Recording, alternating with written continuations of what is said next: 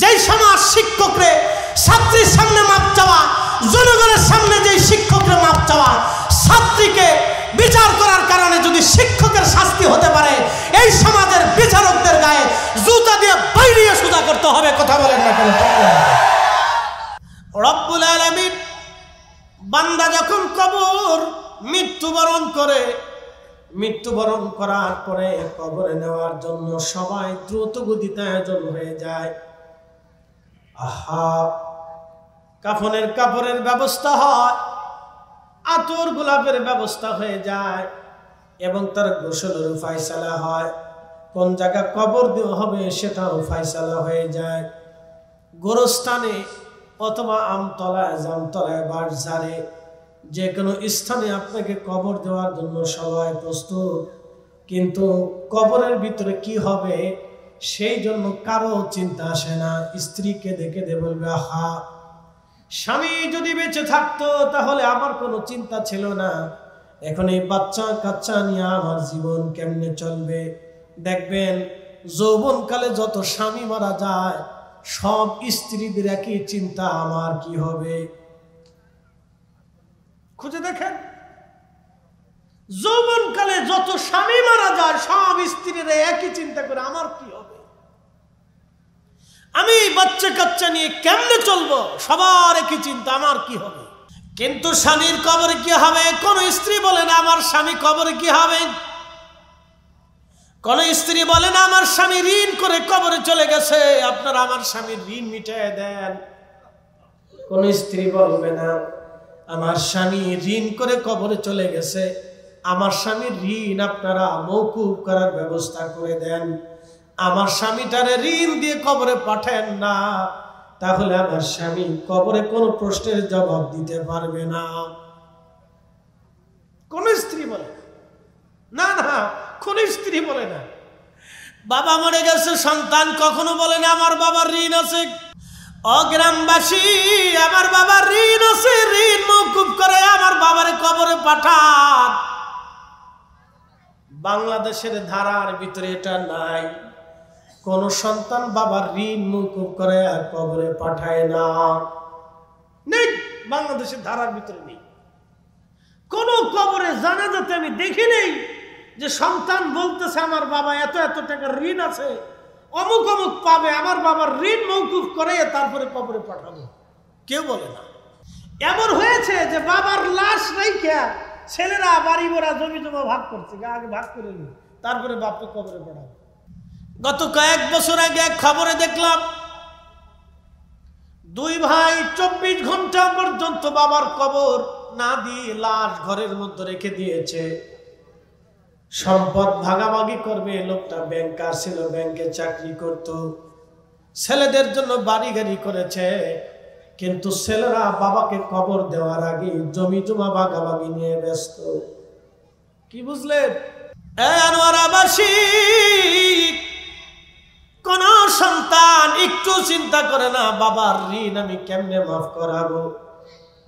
যার কাছে ঋণ আছে তাকে ডেকে বলে না ভাইজান আপনি আমার আব্বার ঋণ মাফ করে দেন, অথবা কত টাকা ঋণ আছে আপনি কেমনে নিবেন বুঝায় নেন। আমার আব্বারে ঋণ দিয়ে কবরে দিব না।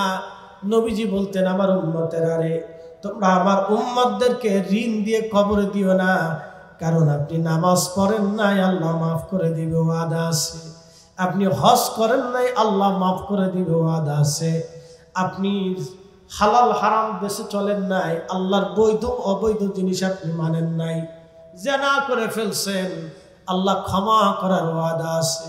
কিন্তু অন্যের হক মেরে দিয়ে যদি কবরে চলে যান তাহলে বান্দা মাফ না করা পর্যন্ত আমার রব আমার আল্লাহ নিজেও মাফ করবে না।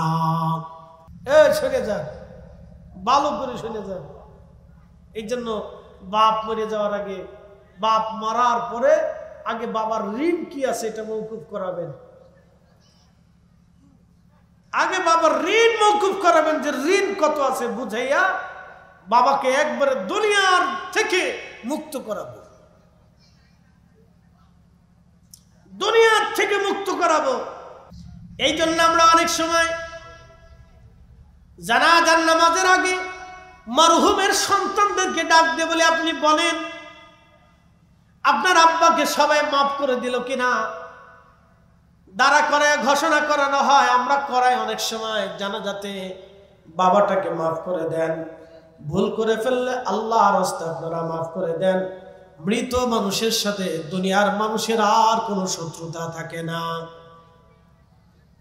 মানুষ মরে যাওয়ার পরে কোনো শত্রুতা থাকে না। নবী বলেছেন, উম্মত একজন মানুষ মরে যাওয়ার পরে সে আল্লাহর জিম্মায় চলে যায়, তার ফয়সালা আল্লাহর হাতে। দুনিয়ার কোনো মানুষের কাছে আর কোনো ফয়সালা নাই। মানুষ মারা যাওয়ার পরে তার লাশের উপরে আঘাত করা যাবে না, তার কবরেও আর আঘাত করা যাবে না,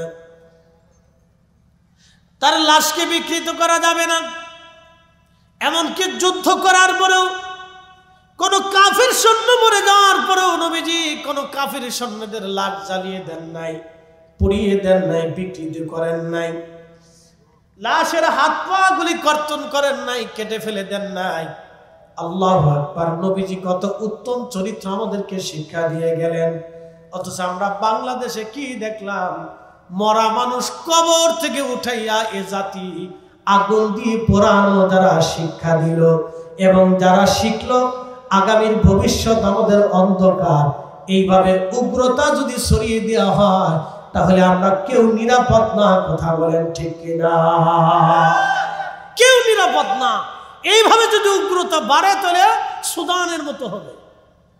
মনে রাখবেন, সুদানের মতো হবে, যে এক মুসলিম আর এক মুসলিমকে পাখির মতো গুলি করে মারতেছে, এক মুসলিম আর এক মুসলিমের বাচ্চাকে গুলি করে মারতেছে। ঠিক এর চাইতে নিকৃষ্ট কি হতে পারে? যে এক মুসলমান আর এক মুসলমানের সন্তান ছোট্ট নিষ্পাপ বাচ্চাকে গুলি করে মেরে ফেলে দিচ্ছে।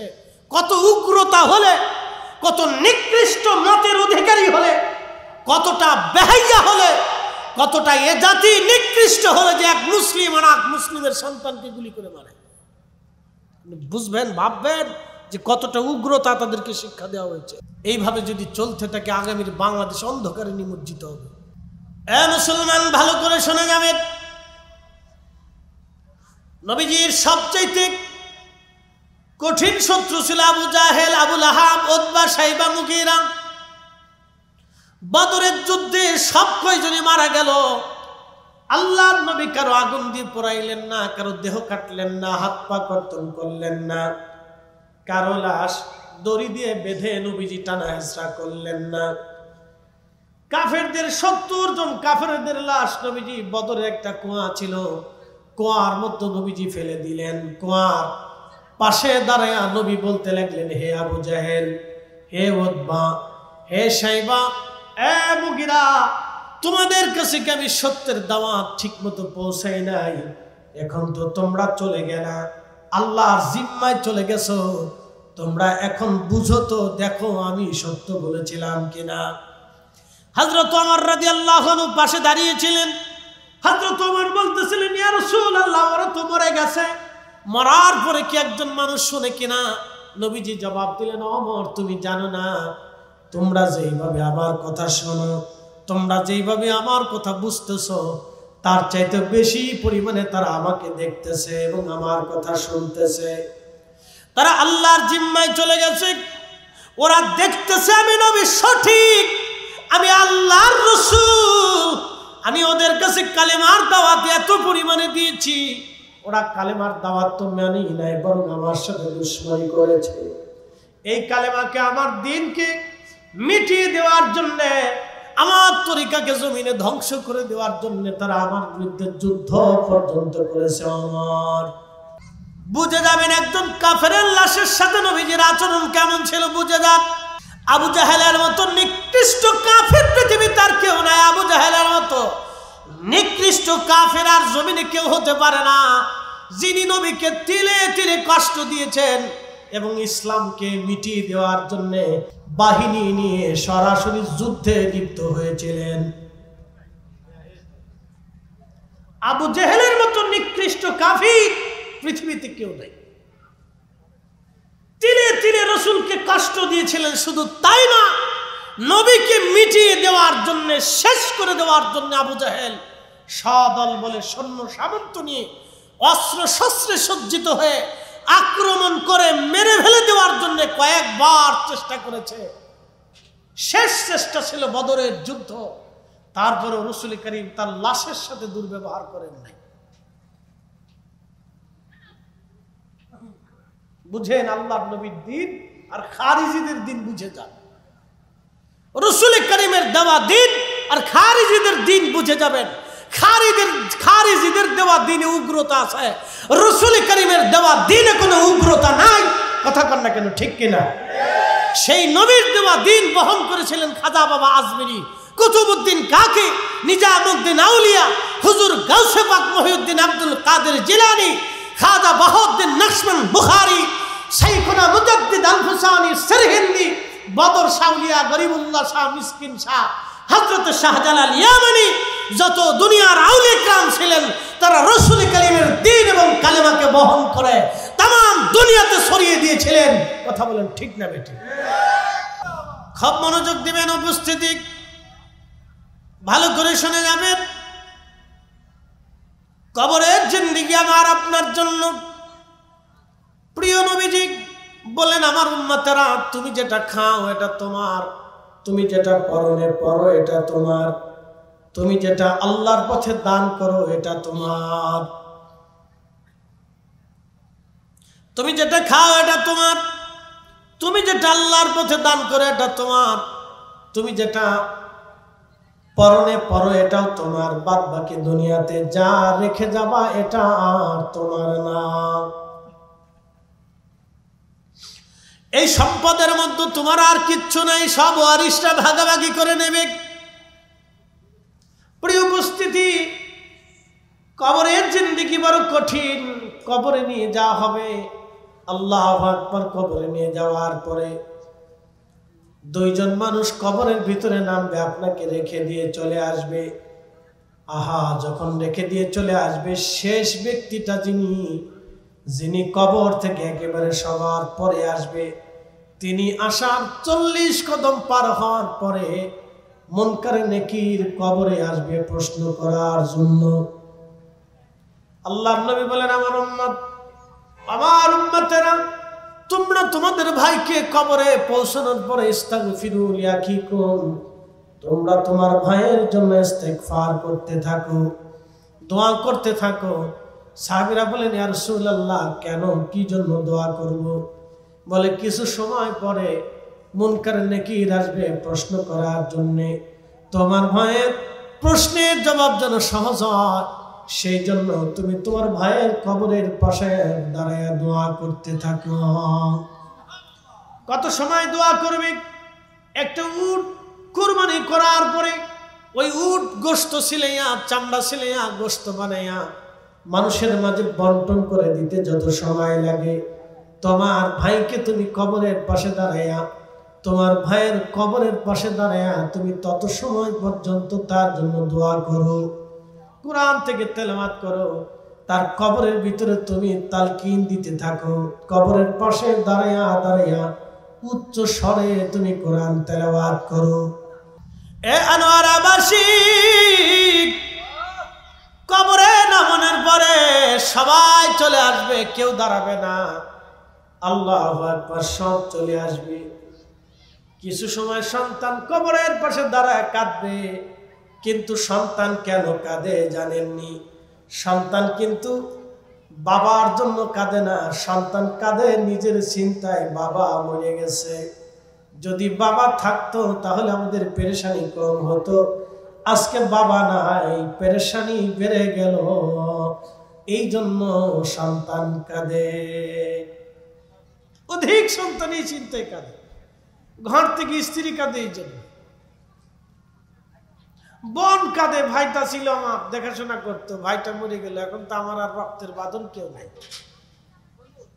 ভাই যতদিন ছিল ভাইয়ের বাড়ি আমার আদর ছিল, ভাই চলে গেছে, ভাইস্তেরা আমাকে ঠিক মতো ফুফুরে বসতে দিবে কিনা, খাইতে দিবে কিনা, দেখভাল করবে কিনা, সবাই কাঁদে। কিন্তু কবরে কি হবে সেই জন্য কেউ কাঁদে না, প্রশ্নের জবাব দিতে পারবেন কিনা কেউ কাঁদে না, খুব কম মানুষই কাঁদে। শুধু ইমাম সাহেব হুজুর দোয়া করার সময় হয়তো দোয়া করে, রব্বি আমার মুসল্লিরে কবরে দিয়ে গেলাম, প্রশ্নের জবাব আসবে, আল্লাহ তার জবাবটাকে সহজ করে দিও। ইমাম সাহেবটা দাঁড়ায় এই সময় দোয়াটুকুন করে যে আল্লাহ আমার মুসল্লির কবরে দিয়ে গেলাম, আল্লাহ এখন তোমার জিম্মায় চলে গেছে। প্রশ্নের জবাব আসতেছে আল্লাহ সামনে, আমরা চলে যাওয়ার পরেই প্রশ্ন আসবে, আল্লাহ তার কবরের জিন্দিগিটা তুমি সহজ করে দাও, জবাবটা তুমি সহজ করে দাও, তুমি রব তার জবাব দিয়ে দাও। আগে যারা কান্দে বন্ধু কান্নাকাটি করে ওই মানকে শিবে দাঁড়ায় কদ্দুর বিড়ি বিড়ি টাইমে চাটা খায়, যাহা দোস্ত ভালো ছিল না, মরে গেছে, শেষ। 3 দিন পর আর খোঁজই নেই না। ও ছাতা দেখতে দেখতে আমরাই পর্যন্ত আছি, 40 বছর পার করছি, দেখে দেখে পার করছি। কবর দিয়ে সেই ওই বহু দূরে যাইয়ে বিড়ি একটা ধরাকে বহু সময় বিড়ি টানতে পারি না, একটু টান দিয়ে খুব টেনশন মাথায়, তো বিড়ি 2টা টাইনে টেনশন শেষ করে দিই, ওর আর মরা চিনতে নেই, শেষ। এই তো দুনিয়া। আনোয়ারাবাসী ভালো করে শুনে যাবেন, আত্মীয় স্বজনরাও চলে যাবে, মায়া ভুলে যাবে তারা, আত্মীয় স্বজনও চলে যাবে, তারাও মায়া ভুলে যাবে, নাতি নাতকুর পায়া সন্তান পায়া আপনারাও তারা ভুলে যাবে। ইংরেজিতে একটা প্রবাদ আছে, out of sight out of mind. মানুষ চোখের আড়াল হলে মনের আড়াল হয়ে যায়, চোখের আড়াল হলে মনের আড়াল হয়ে যায়, সব আপনাকে ভুলে গেল। কবরে আপনি একা, কেমন করে নাকি আপনার কবরে দাঁড়িয়ে গেল। মুনকার নাকির যখন কবরে দাঁড়াবে, সেই জিজ্ঞাসা করবে মার রাব্বুকা, বলো তোমার রব কে। দুনিয়ার ভিতরে আপনি রবের বিধান অনুযায়ী চলেন নাই, আল্লাহর আইন অনুযায়ী দুনিয়াতে জীবন যাপন করেন নাই। হুকুম ছিল নামাজ পড়ার, আপনি নামাজ পড়েন নাই। হুকুম ছিল হালাল হারাম বেঁচে চলার, আপনি জীবনে হালাল হারাম বাঁচেন নাই। জবাব দিবেন কি? সারা জিন্দেগি খোদার সাথে নাফরমানি করে চলে গেলেন, আজকে রব আপনাকে ভুলে যাবে। দুনিয়াতেও আপনি আল্লাহকে ভুলেছিলেন, কবরে আল্লাহ আপনাকে ভুলে যাবে। দুনিয়াতে নবীকে ভুলেছিলেন, আমা দিনুকা, তোমার দিন কি? আপনি দুনিয়াতে দিনের উপরে চলেন নাই, ইসলামের বিধানের উপরে চলেন নাই, এই জন্য ইসলাম আপনি ভুলে যাবেন। ঠিক মা কুনতা তাকুলু ফি হাক্কি হাদার রাজুল, ওই দিন নবীজিকে দেখে প্রশ্ন করা হবে তুমি কে কে চেনো কিনা। দুনিয়াতে আপনি রসুলের আদর্শ মোতাবেক জীবন যাপন করেন নাই, কবরে রসুল আপনাকেও ভুলে যাবে, কারণ সারাটা জীবন আপনি নবীকে ভুলেছিলেন। বুঝে বাড়িতে সারা জীবন আপনি রসুল ভুলেছিলেন, এই জন্য রসুল আপনাকে কবরে ভুলে যাবে। সারা জীবন আপনি আল্লাহকে ভুলেছিলেন, এই জন্য আল্লাহ আপনাকে কবরে ভুলে যাবে। সারা জীবন আপনি শয়তানের ইত্তেবা করেছিলেন, আল্লাহর ইসলামের পথে আপনি চলেন নাই, আল্লাহর দেওয়া দ্বীনের পথে আপনি চলেন নাই, সেই জন্য দ্বীনের কথাও কবরে আপনি ভুলে যাবেন, দ্বীনও আপনাকে ভুলে যাবে। এই জন্য যদি ভুলেন তাহলে আপনাকে ভুলে যাওয়া হবে, আল্লাহ সেই দিন আপনাকে ভুলে যাবে, আল্লাহ রসুল আপনাকে ছেড়ে দিবে। কারণ দুনিয়াতে আপনি আল্লাহ রসুলকে ছেড়ে দিয়েছিলেন, কবরে আল্লাহ এবং রসুল আপনাকে ছেড়ে দিবে। এই কঠিন বিপদের কালে কেউ আপনার হবে না, কেউ আপনার হবে না, কেউ আপন হবে না, কেউ আপনার আপন হবে না। জিন্দেগি তোর যাইরে ফাঁকি দিয়া রে সোনার আদম, জিন্দেগি তোর যাই ফাঁকি দিয়া। ও আদমরি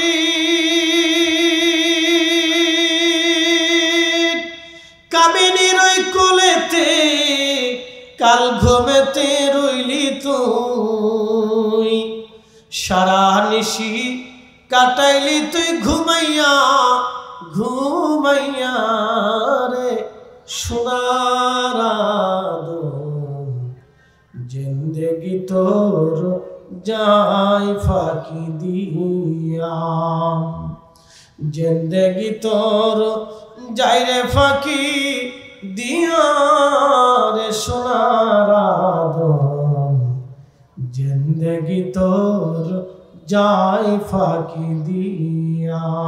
সালাতুন ইয়া রাসূলুল্লাহ আলাইকুম, সালামুন ইয়া হাবিবাল্লাহ আলাইকুম, সালাতুন ইয়া রাসূলুল্লাহ আলাইকুম, সালামুন ইয়া হাবিবাল্লাহ আলাইকুম।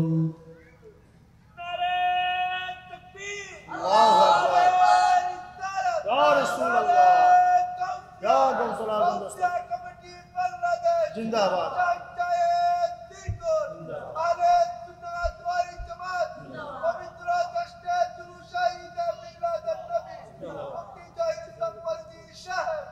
আর কোশ নেই, একটু কমায় কর,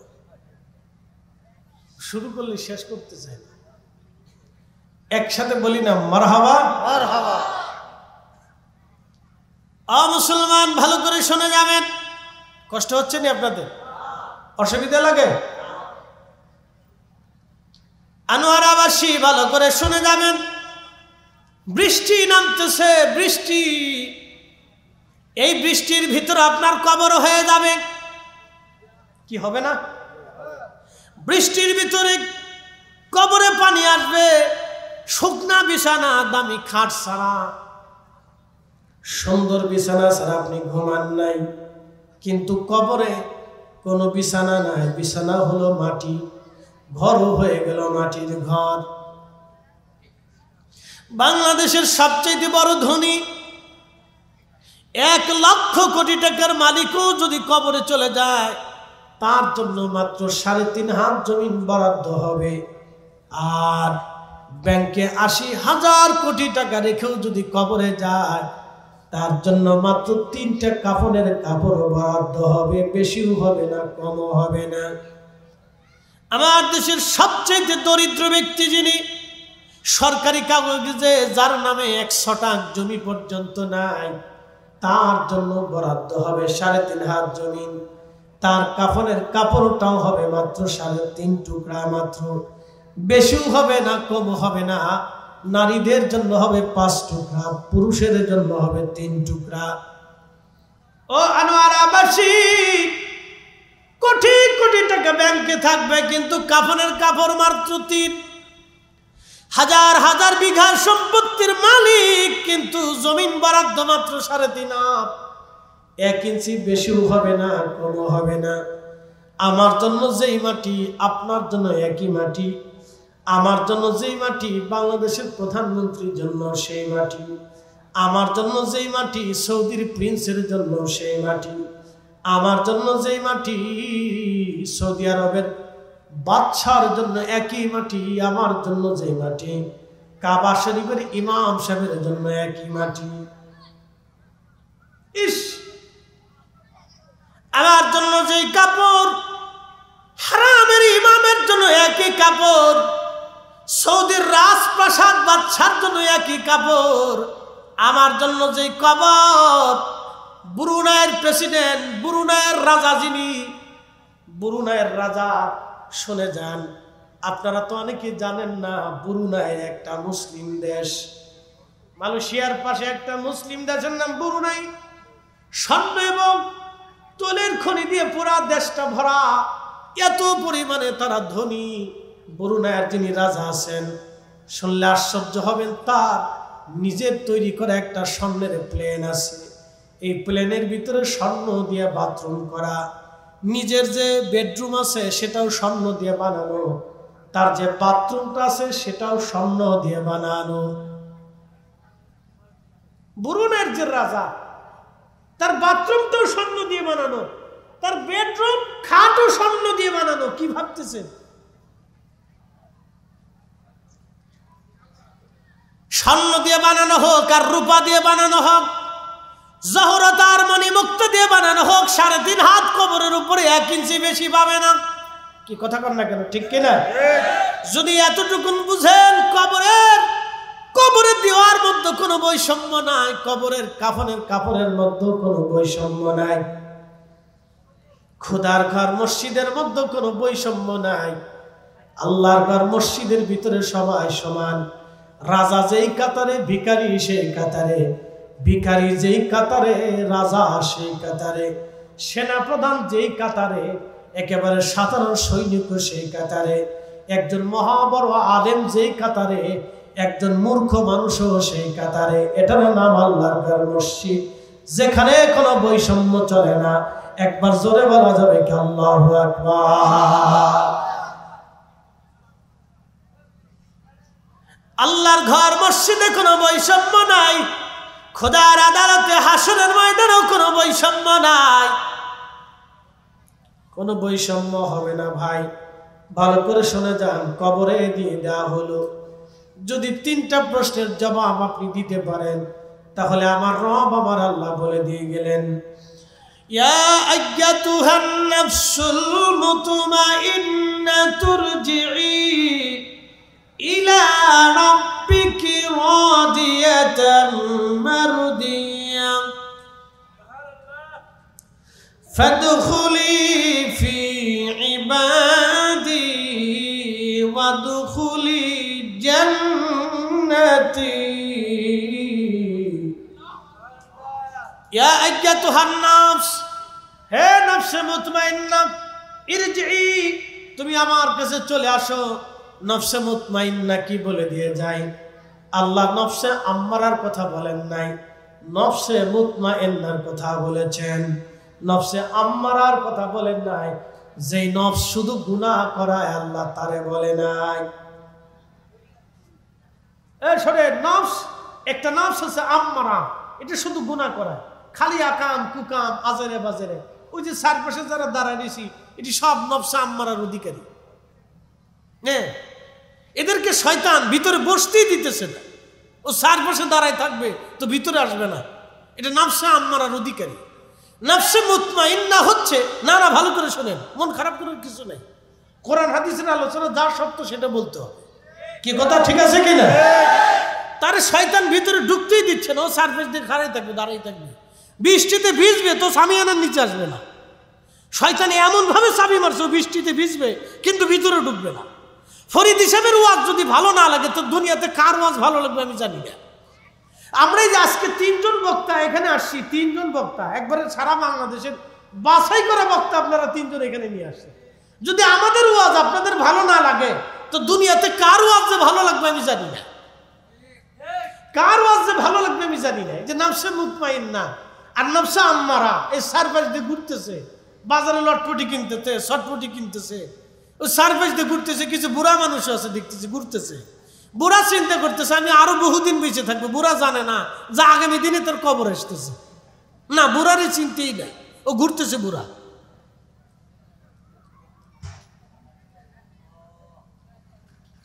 শোনে যাবেন বাবাজি আমার, ভালো করে শোনে যান। আল্লাহ বলেন, ইয়া আইয়াতুহান নাফসুল মুতমাইন্না, হে নফসে মুতমাইন্না, প্রশান্ত আত্মা।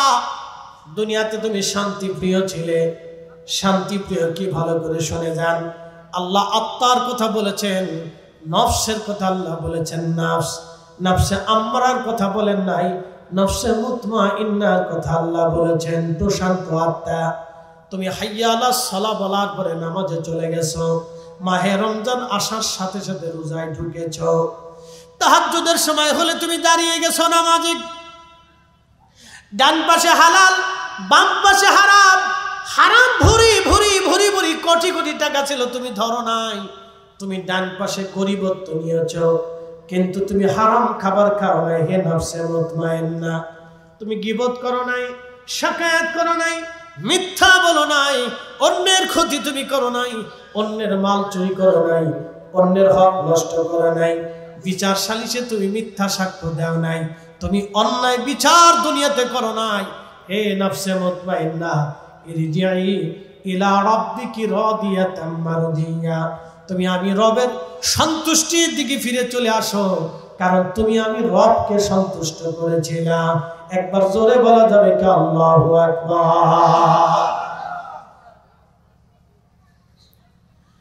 তুমি আমি রবকে খুশি করেছিলে, হে নফসে মুতমাইন্না তুমি ইরজিই, যেহেতু তুমি দুনিয়াতে আমি আল্লাহকে খুশি করেছো, আজকে তুমি চলে আসো ইরজিই ইলা রাব্বিকি রাদিয়াতাম মারদিয়া, আমি আল্লাহ তোমার উপরে খুশি, তুমি চলে আসো। একসাথে বলবেন আল্লাহু আকবার। খুশি কে? একসাথে বলেন খুশি কে? আসো আমি খুশি, তুমি চলে আসো আমার কাছে, আসো ইরজিই আমার কাছে আসো। ইলা রাব্বিকা রাদিয়াতাম মারদিয়া, আমি মালিকের সন্তুষ্টির দিকে তুমি চলে আসো। ফাদখুলি ফি ইবাদি ওয়াদখুলি জান্নাতি, তোমার কবর আজকে বেহেশত হবে, বেহেশতিরা যেইখানে থাকবে সেই ইবাদত গুজার বান্দাদের সাথে তোমার জায়গা হবে, হুজুর গাউসে পাকের সাথে জায়গা হবে, মাইনুদ্দিন চিশতির সাথে জায়গা হবে, বাহাউদ্দিন নকশবন্দ বুখারীর সাথে জায়গা হবে, কুতুবউদ্দিন কাকির সাথে জায়গা হবে, নিজামউদ্দিন আউলিয়ার সাথে হবে, বদর শাহ গরিবুল্লাহ শাহ আমানত শাহের সাথে হবে, তোমার 360 আউলিয়ার সাথে হবে, আমার তাবিঈন তাবে তাবিঈন সাহাবে আজমিন আউলিয়া আতকা নুজামা উলামা ফুদালাদের সাথে তোমার জায়গা হবে। ফাদখুলি ফি ইবাদি ওয়াদখুলি জান্নাতি, আল্লাহ আমি আজ তোমার কবরকে বেহেশত বানাইয়া দিলাম। একসাথে বলবেন আল্লাহু আকবার।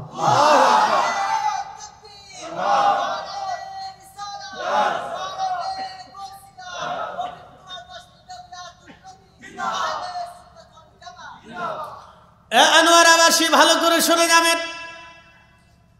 আমার রব আমার মালিক আমার আল্লাহ আমাদেরকে ডেকে নফসে মুতমাইন্নাকে জান্নাত দিয়ে দিবে। এই জন্য নবীজি বললেন আল কবরু রাউযাতুম মিন রিয়াদিল জান্নাহ, কারো কারো কবর আল্লাহ জান্নাতের বাগান বানাবে।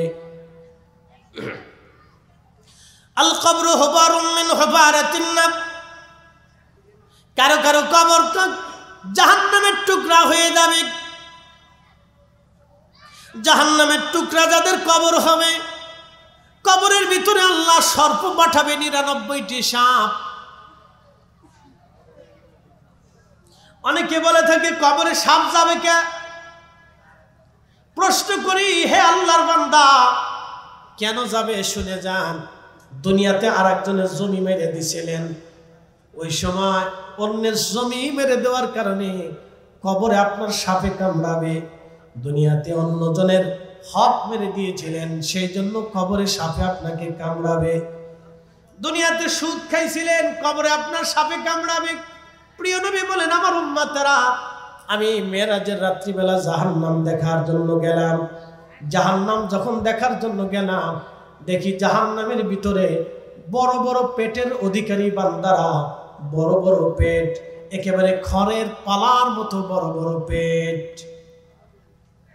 তাদের পেটগুলি খড়ের পালার মতো বিরাট বড় বড় ভুঁড়িওয়ালা পেটওয়ালা। পেটের ভিতরে সাপ আর বিচ্ছুগুলি কিলবিল করতেছে।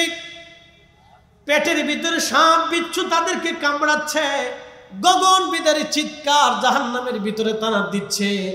চিৎকারের আওয়াজ যদি দুনিয়াতে আসতো, তাহলে দুনিয়ার মানুষ স্টক করে মারা যাইতো। তাদের চিৎকারের আওয়াজ এত ভয়াবহ। সাহাবীরা রে, তোমরা শোনো, আমি জিব্রাইলকে বললাম, জিব্রাইল এরা কারা? বলি ইয়া রাসূলুল্লাহ, এরা দুনিয়াতে সুদের কারবারি করত, ঘুষের কারবারি করত, হারামের কারবারি করত। হারামের কারবারি করত। আমাদের দেশের ছোট ছোট বাচ্চা মেয়েরা হারিয়ে যায়। কোথায় যায়? এই মেয়েদেরকে কোথায় নিয়ে যাওয়া হয় জানেন? আমাদের দেশের বহু নারী মাঝে মধ্যে অপহরণ হয়। এই নারীদেরকে কোথায় বিক্রি করা হয় জানেন? বাংলাদেশের পতিতালয়গুলিতে বিক্রি করে দেওয়া হয়। জানেন সমাজ কত নিকৃষ্ট? আপনার গা শিহরে ওঠার মতো কথা। একটা নারী পতিতালয়ে বিক্রি হলো, এই আদালত কিছু করতে পারলো না, এই রাষ্ট্র তাকে নিরাপত্তা দিতে পারলো না, এই সমাজ তাকে নিরাপত্তা দিতে পারলো না। তাহলে আছে কি আমার দেশে? যে আপনার মেয়ে আমার মেয়ের আগামীর দিনে নিরাপত্তা কি? যারা বিক্রি করলো তারা আইনের আওতায় আসলো না, লক্ষ লক্ষ টাকা বিক্রি করে দিল। যারা বিক্রি করলো তারা কারা? তারা এই দেশেরই নাগরিক, তারা এই সমাজের মানুষ। কি কথা কর না কেন? আরে এই দেশের নাগরিক, এই সমাজের মানুষ, তাদেরকে চিহ্নিত করা তো কোনো কঠিন কোনো কাজ না। প্রশাসন যারা আছে তাদের চিহ্নিত করা মাত্র সময়ের ব্যাপার, মাত্র সময়ের ব্যাপার। ওরা কারা? যে একজনের কলিজার টুকরা মেয়েটাকে ধরে নিয়ে পতিতালায় বিক্রি করলো, ওই মেয়েটা সারা জীবনের জন্য পতিতা বিক্রি করে সারাটা জীবন ওই মেয়েটা ওইখানে গৃহবন্দী হয়ে পড়ে গেল। একটা মেয়ে আর জীবনে কোনোদিন সুস্থতার চেহারা দেখবে না, দুনিয়ার সৌন্দর্যের বাতাস তার গায়ে আর কোনোদিন লাগবে না। কি ভাবতেছেন আপনি? গা শিহরে ওঠার কথা মতো যারা এই মানুষ এই বাচ্চাদেরকে অপহরণ করে বিক্রি করে, কি ভাবতেছেন ওরা ওই সমাজের মানুষ? ওরাও ভাত খায়, ওরও কন্যা আছে, ওরও মেয়ে আছে, ওরও স্ত্রী আছে, কিন্তু বিবেক নাই, অন্ধ বিবেক। কুত্তা কুকুরের চাইতে নিকৃষ্ট, শুয়োরের চাইতে নিকৃষ্ট বলে হুজুর কুত্তার সাথে তুলনা দিলেও তাও হবে না। কুকুর একটা প্রাণী, তারও একটা ধর্ম আছে। কুকুর পৃথিবীতে মানুষের খাবার খেলে কুত্তা বেঈমানি করে না, কিন্তু এই মানুষগুলি স্বয়ং প্রভু মালিকের সাথে বেঈমানি করে। তার মানে এরা কুকুর এবং শুয়োরের চাইতে নিকৃষ্ট। কথা বলেন ঠিক কিনা? কুত্তা শুয়োরের চাইতে নিকৃষ্ট। এই সমাজ, এই রাষ্ট্র আমাদের এই মেয়েদেরকে নিরাপত্তা দিতে পারলো না। কাকে বলবেন আপনি? হ্যাঁ, এই যে চিহ্নিত করা কি কঠিন কোনো কাজ? কঠিন কোনো কাজ না, কিন্তু সামান্য কাজ। দুনিয়ার এত কিছু গোয়েন্দা বের করতে পারে, এই সোর সাপটা শয়তান বাদরা শিয়াল কুত্তা বের করতে পারবে না? অবশ্যই পারে।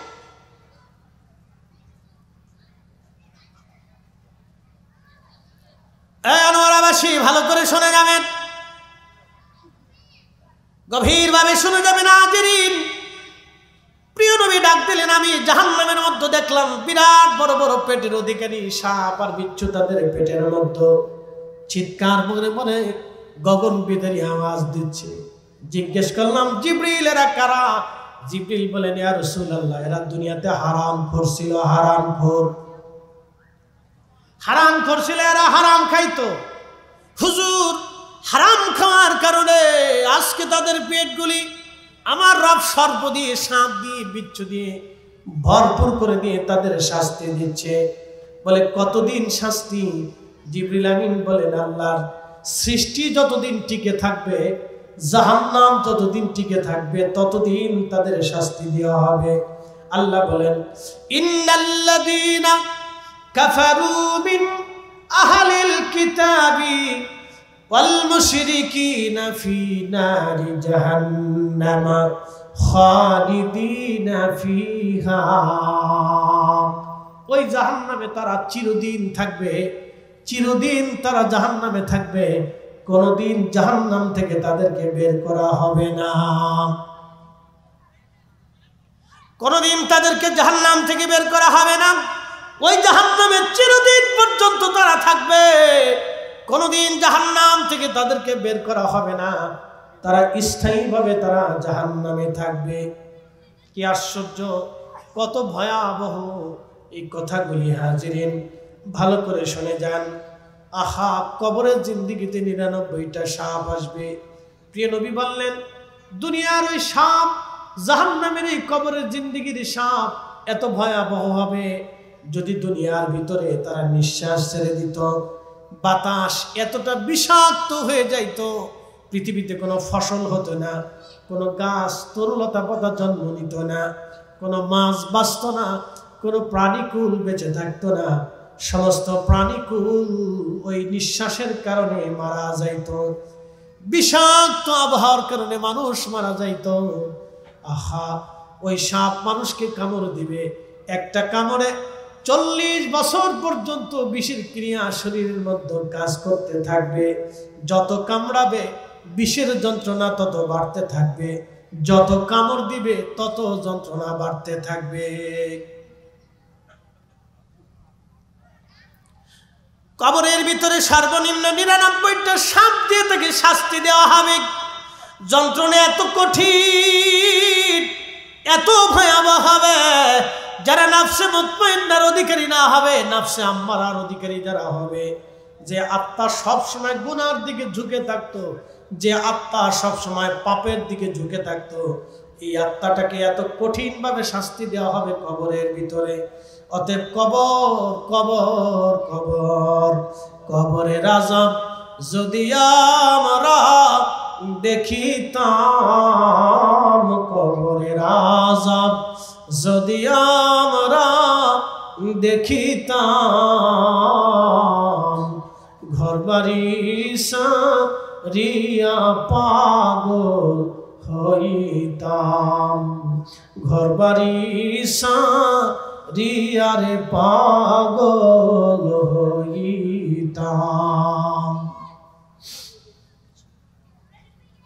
ভাবতেছেন কবরের আযাব বুঝি শেষ? না না না, সেই দিন মানুষ জানতে পারবে সে কি করেছিল, কি আমল করেছিল। আল্লাহ সেই দিন মানুষকে দেখাবেন। প্রিয় নবী ডাক দিলেন, আমার উম্মতরা, সেই সময়ে মানুষ আল্লাহর দিকে দৌড়াইতে থাকবে। আম্মা জানা আয়েশাকে নবী বলেন, আয়েশা, কিয়ামতের মাঠ এত ভয়াবহ হবে, সেদিন কবর থেকে যারা উঠবে তাদের শরীরে কোনো পোশাক থাকবে না। সবাই সেই দিন বস্ত্রহীন হয়ে, পোশাকবিহীন হয়ে কবরের মাঠ থেকে হাসরের ময়দানের দিকে আল্লাহর দিকে দৌড়াইতে থাকবে। ডানে বামে সামনে পিছনে তাকানোর মতো কোনো সময় নাই, শুধু দৌড়াচ্ছে। নারীরাও বস্ত্রহীন, পুরুষরা বস্ত্রহীন। আম্মা জানা আয়েশা বলেন, ইয়া রাসূলুল্লাহ, নারীরাও কি বস্ত্রহীন হবে? নবীজি বললেন, হ্যাঁ আয়েশা, নারীরাও বস্ত্রহীন হবে। আরেকজন মহিলা সাহাবী বলেন, ইয়া রাসূলুল্লাহ, তাহলে তো এটা অনেক বড় লজ্জার কারণ। নারীরা তাহলে, পুরুষরা কি নারীদের দিকে তাকাবে না? নারীরা কি আর পুরুষের দিকে তাকাবে না? নবীজি ডাক দিলেন, হো আমার উম্মতেরা, তোমরা শুনে নাও, হাসরের মাঠ এত কঠিন ভয়াবহ হবে, কোন পুরুষ নারীর দিকে, কোন নারী পুরুষের দিকে তাকাবে এই সময়টা পর্যন্ত হাসরবাসীর জীবনে হবে না। এত কঠিন এই সময়টা পর্যন্ত কারো আসবে না। কেউ পুরুষের দিকে তাকাবে, কোন পুরুষ নারীর দিকে তাকাবে এই সময় পর্যন্ত নাই। সবাই যার যার চিন্তায় বিরাট বড় পেরেশান। আল্লাহু আকবার। আল্লাহ বলেন, ওয়াবিল আখিরাতি হুম ইউকিনুন। ও আমার বান্দারা, তোমরা আখিরাতে বিশ্বাসী হও, আখিরাতে বিশ্বাসী হও, আখিরাতে বিশ্বাসী হও। সেই জগৎ তোমাদের জীবনে আসবে। আল্লাহ কোরআনে বলতেছেন, আমার আল্লাহ, তাআরুজুল মালাইকাতু ওয়ার রূহু ইলাইহি ফি ইয়াউমিন কানা মিকদারুহু 50 আলফ সানা।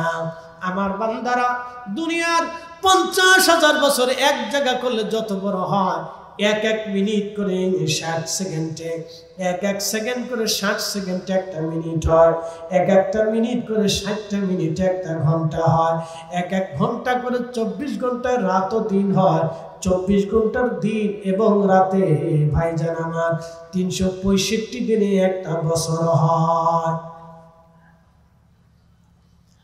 এক এক বছর করে 50,000 বছর এক জায়গা করলে যত বিরাট, যত বিরাট, যত বিরাট হাসরের একটা দিন হবে, তত বিরাট হাসরের একটা দিন হবে, তত বিরাট হাসরের একটা দিন হবে, তত বিরাট।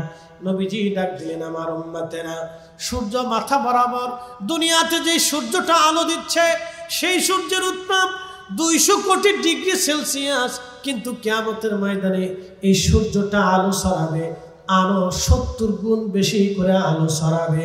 আপনারা যারা হজে যান দেখবেন, আরবে যারা থাকেন, আরবের বাতাস হচ্ছে লু হাওয়া, এমন গরম, প্রচন্ড গরমে মানুষের জিহ্বা পর্যন্ত শুকায় যায়, মানুষের কলিজা পর্যন্ত শুকায় যায়। আরবের গরম খুব ভয়াবহ গরম। এই গরমে মানুষের কলিজা পর্যন্ত শুকিয়ে যায়। আমার নবীর উম্মতেরা, আনোয়ারাবাসী, হাসরের ময়দানে প্রচন্ড গরমে, উত্তাপে মানুষের শরীর থেকে ঘাম নির্গত হবে। নবীজি ডাক দিলেন, ঘাম এত পরিমাণে ঝরবে, মানুষের থুতনি পর্যন্ত ঘামে ডুবে যাবে, কারো বুক পর্যন্ত ঘামে ডুবে যাবে, কারো নাভি পর্যন্ত ঘামে ডুবে যাবে। মানুষের জিহ্বাগুলি বের হয়ে আসবে। কুকুরের জিহ্বা যেইভাবে ঝুলতে থাকে দেখবেন, কুকুর জিহ্বা বের করে ঝুলাইতে থাকে, মানুষের জিহ্বা এরকম ঝুলতে থাকবে। পানির তৃষ্ণায় মানুষ পাগল পারা হয়ে যাবে, উম্মাদের মতো মানুষ হয়ে যাবে। কেউ কেউ বলবে, আল্লাহ হাসরের ময়দানে এত কঠিন, সহ্য হয় না, তুমি আমাদেরকে জাহান্নামের মধ্যে ফেলে দাও। আল্লাহ হাসরের ময়দানে এত কঠিন, আমাদের সহ্য হয় না, আল্লাহ তুমি হাসরের ময়দান থেকে আমাদেরকে জাহান্নামে ফেলে দাও। নবীজি ডাক দিলেন, আমার উম্মতেরা, সেই দিনটার কথা তোমরা মনে রাখো, আর সেই দিনে নিজেকে বাঁচানোর জন্য তোমরা চেষ্টা করো, সেই দিনের শাস্তি থেকে তোমরা বাঁচানোর চেষ্টা করো। প্রিয় নবী ডাক দিলেন, আমার উম্মতেরা, সেই দিন হাসরবাসীকে একদল মানুষকে আলাদা করা হবে, বাছাই করে আলাদা করা হবে। একদল মানুষ থাকবে আরশে মুআল্লার নিচে, আর একদল মানুষকে আমার আল্লাহ হাসরের ময়দানের আরেকটা কোণে নিয়ে চলে যাবে। এরা কারা? এরা যারা যাকাত দিত না, দান করত না,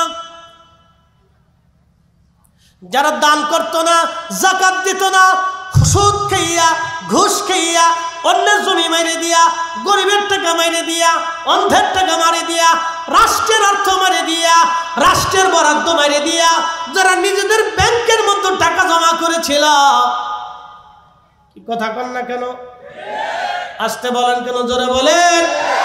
যারা রাষ্ট্রের অর্থ গরিবের জন্য বরাদ্দ, কানার জন্য বরাদ্দ, অন্ধের জন্য বরাদ্দ, বুবার জন্য বরাদ্দ, চিকিৎসা খাতে বরাদ্দ, কৃষি খাতে বরাদ্দ, রাস্তার উন্নয়নে বরাদ্দ, চিকিৎসা খাতে বরাদ্দ, এবার লেখাপড়ার শিক্ষা খাতে বরাদ্দ, বাণিজ্যিক খাতে বরাদ্দ, গরিব মানুষের জন্য বরাদ্দ, স্বাস্থ্য খাতে বরাদ্দ, টাকাগুলি, অর্থগুলি মেরে মেরে মেরে মেরে দিয়ে সুইস ব্যাংকে যারা টাকা জমা করেছিল, বিদেশে যারা পাচার করেছিল, সন্তানকে কোটিপতি বানিয়েছিল, স্ত্রীকে কোটিপতি বানিয়েছিল, ইন্ডাস্ট্রি করেছিল, নিজে আলিশানের ভিতরে ঘুমিয়েছিল, কিয়ামতের ময়দানে আল্লাহ এদেরকে আলাদা আলাদা করে হাসরের ময়দানের এক পাশে দাঁড়া করাবে। আমি বলিনি, আল্লাহ রাসূল বলছেন। আমার গল্প না, এটা আল্লাহর মেহবুব বলেছেন সহিহ বুখারীতে। তারুজুল মালায়েকাতুর রূহ আয়াতুত তাফসিরে ইমাম ইবনে কাসিরে আল বিদায়া ওয়ান নিহায়াতে, পৃথিবীর অন্তত যতগুলি তাফসিরের কিতাব আছে সব তাফসিরের কিতাবের ভিতরে হযরত আবু হুরায়রা থেকে হাদিস আসছে, ও নবীর উম্মত, তোমরা ওই দিন হাসরের ময়দান থেকে বাঁচার চেষ্টা করো, নিজে বাঁচার চেষ্টা করো। হাসরের ময়দানে এক পাশে, হাসরের ময়দানে একদল মানুষকে আল্লাহ বরাদ্দ করে দিবে জায়গা। সেই দিন তাদের এই সম্পদগুলিকে সাপে পরিণত করে তাদের শরীরে পেঁচিয়ে সাপ তাদের মুখের ভিতরে দংশন করতে থাকবে। এক এক কামড়ে 40 বছর পর্যন্ত বিষের ক্রিয়া চলতে থাকবে, আর যত কামড় মারবে তত বিষের যন্ত্রণা বাড়তে থাকবে। সেই দিন এই সাপ থেকে কামড়াইতে থাকবে। কত বছর জানেন? হিসাব নিয়ে যান, হিসাব নিয়ে যান। সাফায়াত তো পরে পাবেন, রসুলের সাফায়াত এত সহজেই না। বাটাম চালান আগে হবে, সাফায়াত পরে আসবে। আগে বাটাম চালান হবে। বাটাম চালান বুঝছেন? রিমান্ড হবে আগে। বলে কি রিমান্ড? আল্লাহ নবী বলেন সাপে কামড়াইতে থাকবে। হাসরের ময়দানের এক পাশে হাসরবাসীরা দেখবে তাদেরকে সাপে কামড়াচ্ছে, তুমুল আকারে কামড়াবে।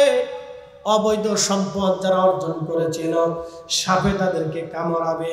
শুধু কামড়াবে না, কামড় কারে কয় ভালো করে শুনে যান। কতদিন কামড়াবে? নবীজি ডাক দিয়ে বলেন, সাহাবীরা রে, ততদিনে মানুষের হিসাব টানা হবে, সমগ্র মানব জাতির হিসাব হবে, জিন জাতির হিসাব হবে, ফেরেশতাদের হিসাব টানা হবে। বুঝে যান কত বছর হবে এবার বুঝে, কত বছর পর্যন্ত রিমান্ড আসবে এবার বুঝে। কবরের জিন্দেগি তো গেছে, এবার হাসরের জিন্দেগির কথা চিন্তা করে। কত হাজার বছর, কত লক্ষ কোটি বছর পর্যন্ত ওই জিন্দেগিতে হাসরের ময়দানে রিমান্ড আসবে। নবীজি বললেন মানব জাতির হিসাব হয়ে যাবে, জিন জাতির হিসাব টানা হবে। পৃথিবীর কোটি কোটি বিলিয়ন ট্রিলিয়ন যত জিন আছে সবার হিসাব টানা হবে, ফেরেশতাদের হিসাব টানা হবে। এবার বুঝেন কি পরিমাণে ফেরেশতা! দুনিয়ার সমস্ত মানুষের হাতে যদি কলম দেওয়া হয়, কাগজ দিয়ে দেওয়া হয়, আর যদি বলা হয় তোমরা ফেরেশতা গুনে গুনে হিসাব করে দাও, দুনিয়ার সমস্ত মানুষ চেষ্টা করেও ফেরেশতা গুনে গুনে শেষ করে দিতে পারবে না। কিয়ামতের ময়দানে সব ফেরেশতাদের হিসাব টানা হবে। ফেরেশতাদের হিসাব হবে, যার যার দায়িত্ব সেই দায়িত্ব পালন করেছিল কিনা। ফেরেশতাদের হিসাব টানা হবে সেই দিন, কত ভয়াবহ হবে। আল্লাহু আকবার। নবীজি বলতেছেন আমার উম্মতেরা রে, ফেরেশতাদের হিসাব টানা হলো, এমনকি যত পশু পাখি আছে সবার হিসাব সেই দিন টানা হবে। শুনলে আশ্চর্য হবেন, গরু ছাগলেরও বিচার টানা হবে। আশ্চর্য লাগতেছে না? হ্যাঁ আশ্চর্য লাগতেছে। গরু ছাগলের বিচার হবে। ভাবতেছেন পার হয়ে যাবেন, এত সোজা? গরু ছাগলের বিচার হবে বলে কি করে? ইমাম সুয়ুতী রাহিমাহুল্লাহ আল-হাবিলিল ফাতুল মুজাল্লাদুস সানি মাসালিকুল হুনাফা বিওয়ালিদিল মুস্তাফা রিসালার ভিতরে তিনি লিখেছেন, রাসূল করিম বলতেছিলেন কিয়ামতের ময়দানে গরু ছাগল পশু পাখিরও বিচার হবে। আল্লাহ সেই দিন তাদেরও ফয়সালা টানবে। সেই দিন এক গরু আর এক গরুর বিরুদ্ধে মামলা দিয়ে বলবে, রব্বি সে আমাকে মারছিল, গুতা মেরেছিল, আমাকে কষ্ট দিয়েছিল, আল্লাহ আমি তুমি মালিকের অধীন করে দিয়েছিলাম, মালিক আমাকে লাঠি দিয়ে পিটিয়েছিল, আল্লাহ সেই ফয়সালা চাই। দুনিয়ার আদালত ছিল না।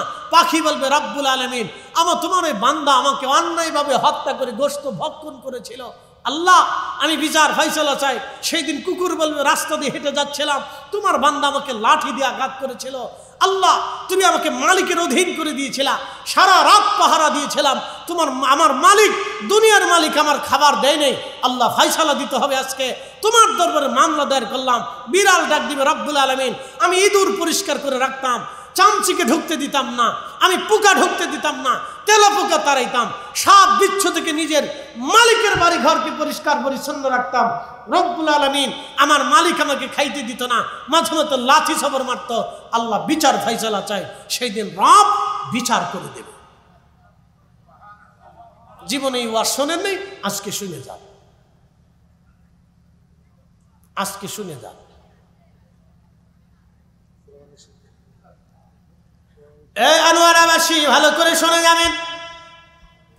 এক কুকুর আর এক কুকুরের বিরুদ্ধে মামলা করবে, এক পাখি আর এক পাখির বিরুদ্ধে মামলা করবে, এক হরিণ আর এক হরিণের বিরুদ্ধে মামলা করবে, এক বন্য পশু আর এক বন্য পশুর বিরুদ্ধে মামলা করবে। আল্লাহ দুনিয়ার আদালতে ফয়সালা হয় নাই, তোমার আদালতে বিচার চাই। আল্লাহ সব পশু পাখির বিচার টান দিবে। সব সৃষ্টির বিচার হয়ে যাওয়ার পরে ওই যে দুনিয়াতে অবৈধভাবে যারা সম্পদ অর্জন করেছিল ওদের বিচার আল্লাহ এবার টান দেবে। তার আগ পর্যন্ত রিমান্ডে নিয়ে সাপের কামড় খাবে, কোটি কোটি বছর পার হবে। সাফায়াত পরে আসবে। অনেকে ধান্দা করে আছে আমি রসুলের সাফায়াতে পার পাবো, খুব চিন্তায় আছে। ইস আপনি নবীর সাফায়াত পাবেন, কাজ করছেন কি? ঘুষের কারবারি করছেন, সুদ খাইছেন, আকাম কুকাম করে রসুলের সাফায়াতের আশা করেন নাকি? নবীকে দিছেন কি আপনি?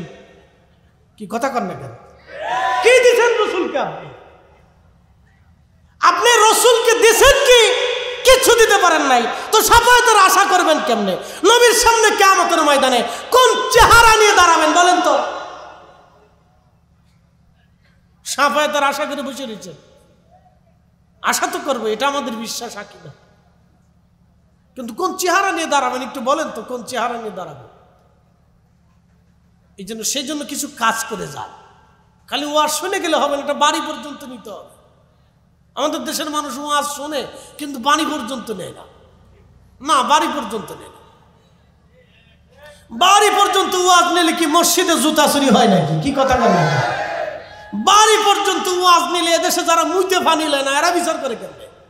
কালকে দেখলাম খবরে হবিগঞ্জের এক শিক্ষক এক ছাত্রীকে শাস্তি দিয়েছিল ভুলের কারণে। শেষ পর্যন্ত সমাজ বিচার করে শিক্ষকরে মাপ চাওয়াইছে।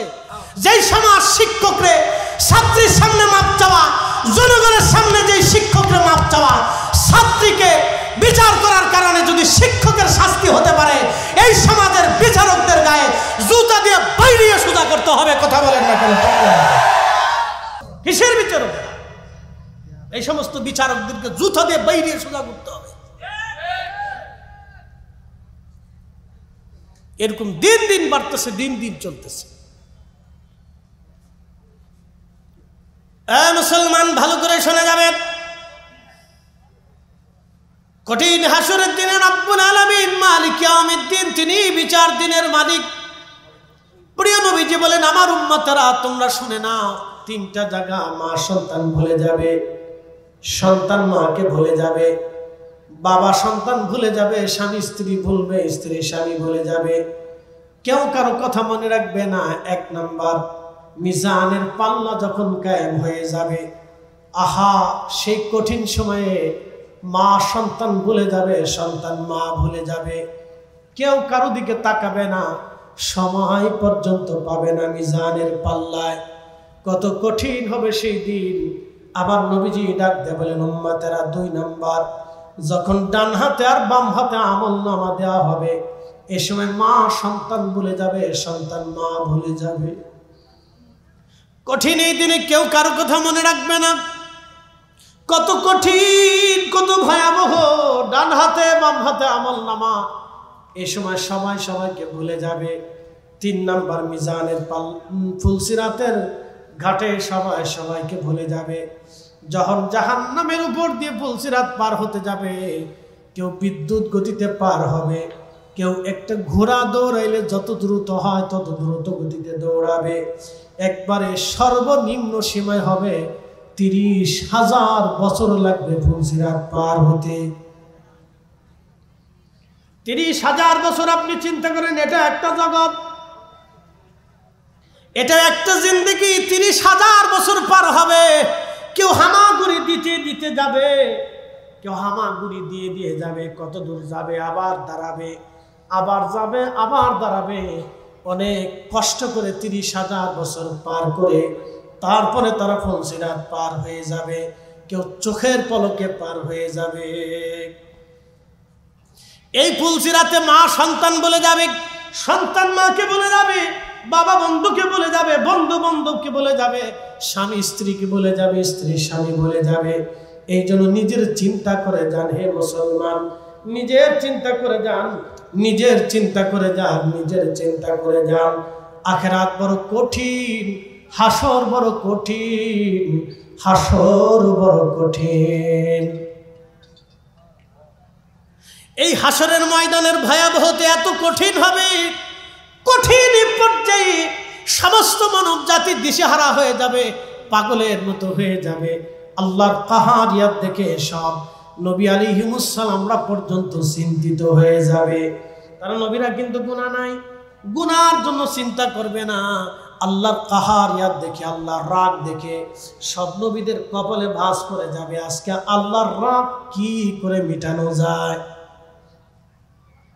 আল্লাহর কাহারিয়াত দেখে সমস্ত সূরা তাকাসুরের তাফসীরে আসছে, আল্লাহর কাহারিয়াত দেখে সমস্ত নবীরা হাঁটু গেড়ে বসে কপালে ভাঁজ পড়ে যাবে চিন্তায় যে আল্লাহর কাহারিয়াত কিভাবে থামানো যায় আজকে। কিন্তু সব মানব গোষ্ঠী দৌড়াইয়া বাবা আদম আলাইহিস সালাতু ওয়াস সালামের সামনে যে দাঁড়াবো, আব্বা আদম আপনি আবুল বাশার ছিলেন, মানব জাতির পিতা ছিলেন, আল্লাহ বড় আদর করে আপনাকে সৃষ্টি করেছিলেন, মায়া করে ভালোবাসা দিয়ে বেহেশতে রেখেছিলেন। আব্বা জান আজকে আপনি আমাদের জন্য একটা ব্যবস্থা করেন। আল্লাহ বড় কাহার হয়ে গেছে, আল্লাহ বড় রাগ হয়ে আছে সৃষ্টির উপর। আজ কাহারিয়ত দেখে পানিবিহীন হাউজে কাউসার বন্ধ, পানি বন্ধ। আল্লাহর কাহারিয়তে সৃষ্টির সমস্ত মানুষগুলি দিশেহারা হয়ে যাবে, জিহ্বা কুকুরের জিহ্বার মতো ঝুলতে থাকবে। সেই হাসরের মানব জাতির এই দৃশ্য দেখে, আল্লাহর কাহারিয়ত দেখে নবীরা পর্যন্ত চিন্তিত হয়ে যাবে যে রবের কাহারিয়ত কি করে আজকে কমানো যায়। কিন্তু সেই দিন আদম সফিউল্লাহ ডাক দিবে, আমার সন্তানরা, আমি তোমাদের পিতা বটে, তোমরা আমার সন্তান বটে, কিন্তু শোনো আজকে আমার কাছে কিচ্ছু নাই, তোমরা অন্য কোনো নবীর দরজায় চলে যাও। মানুষ দৌড়ায় দৌড়াইয়া হযরত সাইয়েদনা নূহ আলাইহিস সালামের কাছে আসবেন, তিনি একই কথা বলে দিবেন। দৌড়াইয়া হযরত দাউদের কাছে আসবেন, তিনি একই কথা বলে দিবেন। দৌড়ায় হযরত ইব্রাহিম খলিলুল্লাহর কাছে এসে দাঁড়াবে, সাইয়েদনা ইব্রাহিম আল্লাহর খলিল ছিলেন আপনি, ইব্রাহিম একই কথা বলবেন চলে যাও। তারা দৌড়ে মুসা কালিমুল্লাহর কাছে আসবে। আপনি কালিমুল্লাহ ছিলেন, আজকে একটা ব্যবস্থা করেন, আল্লাহর সাথে কালাম করেন, কথা বলেন। আহা, সেদিন মুসা আলাইহিস সালাম নিজের অপারগতা প্রকাশ করে বলবেন, আমার দ্বারা আজকে এটা হবে না। হযরত সাইয়েদুনা ঈসা রুহুল্লাহর কাছে আসবেন, সমস্ত মানব জাতি দৌড়ে ঈসা রুহুল্লাহর সামনে কাঁদতে থাকবো আমরা। ঈসা রুহুল্লাহ, আপনি আল্লাহর রুহুল্লাহ ছিলেন, সরাসরি রুহু দিয়ে আল্লাহ আপনাকে সৃষ্টি করেছিলেন। আজকে আপনি আল্লাহর কাছে চলে যান, দেখেন আল্লাহ কি ফয়সালা করে। ঈসা নবী ডাক দিয়ে বলবে, আমার বান্দা, আমার উম্মতেরা, হে মানব জাতিরা, আজকে আমার দিয়ে কোনো কাজ হবে না। আমি যেই নবীর উম্মত ছিলাম, আখিরি নবীর উম্মত হয়েছিলাম, আজকে রাহমাতুল লিল আলামিন ছাড়া আল্লাহর কাহারিয়ত কেউ কমাইতে পারবে না, আল্লাহকে কেউ খুশি করতে পারবে না। তোমরা যাও, আখিরি নবীর দরজায় ধন্না দাও, দরবারে মুস্তাফার সামনে যে দাঁড়ায় যাও। একবার চিৎকার মেরে জোরে বলেন না, ইয়া রাসূলুল্লাহ।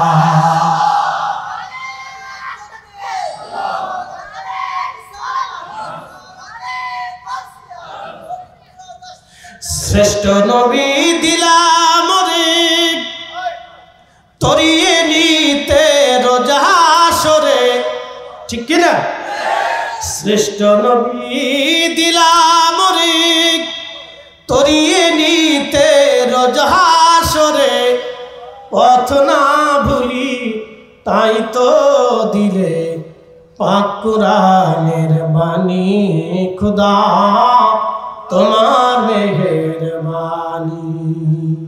সুন্দর ফুল সুন্দর ফল, মিঠা নদীর পানি, খুদা তোমার মেহেরবানি। এ আনোয়ারাবাসী, আমরা সব সেই দিন নবীজির সামনে দাঁড়া কাঁদতে থাকবো। তিনি তো রাহমাতুল লিল আলামিন। তোমরা যারা আজকে আমার রসুলের শান নিয়ে সিনিমিনি খেলো, তোমরা যারা রসুলের আব্বা আম্মাকে কাফের বলে ফতোয়া দাও, তোমরা যারা রসুলকে নিজের মতো মনে করে থাকো, তোমরা যারা রাহমাতুল লিল আলামিনের শাফায়াতকে ইনকার করো, তোমরা যারা আল্লাহ রসুলের শান মানকে ছোট করে বর্ণনা করো, তোমরা যারা আজকে নবীর শান খুঁজে পাও না, সেই দিন তোমরাই বস্ত্রহীন হয়ে চোখে পানি নি আমার রসুলের দরজায় তোমরাই সেই দিন ধন্না দিবা, ধন্না দিবা, ধন্না দিবা। গতি থাকবে না, উপায় থাকবে না, রসুলের কদম ছাড়া উম্মতের কোনো জায়গা হবে না। কথা বলেন ঠিক না বেঠে?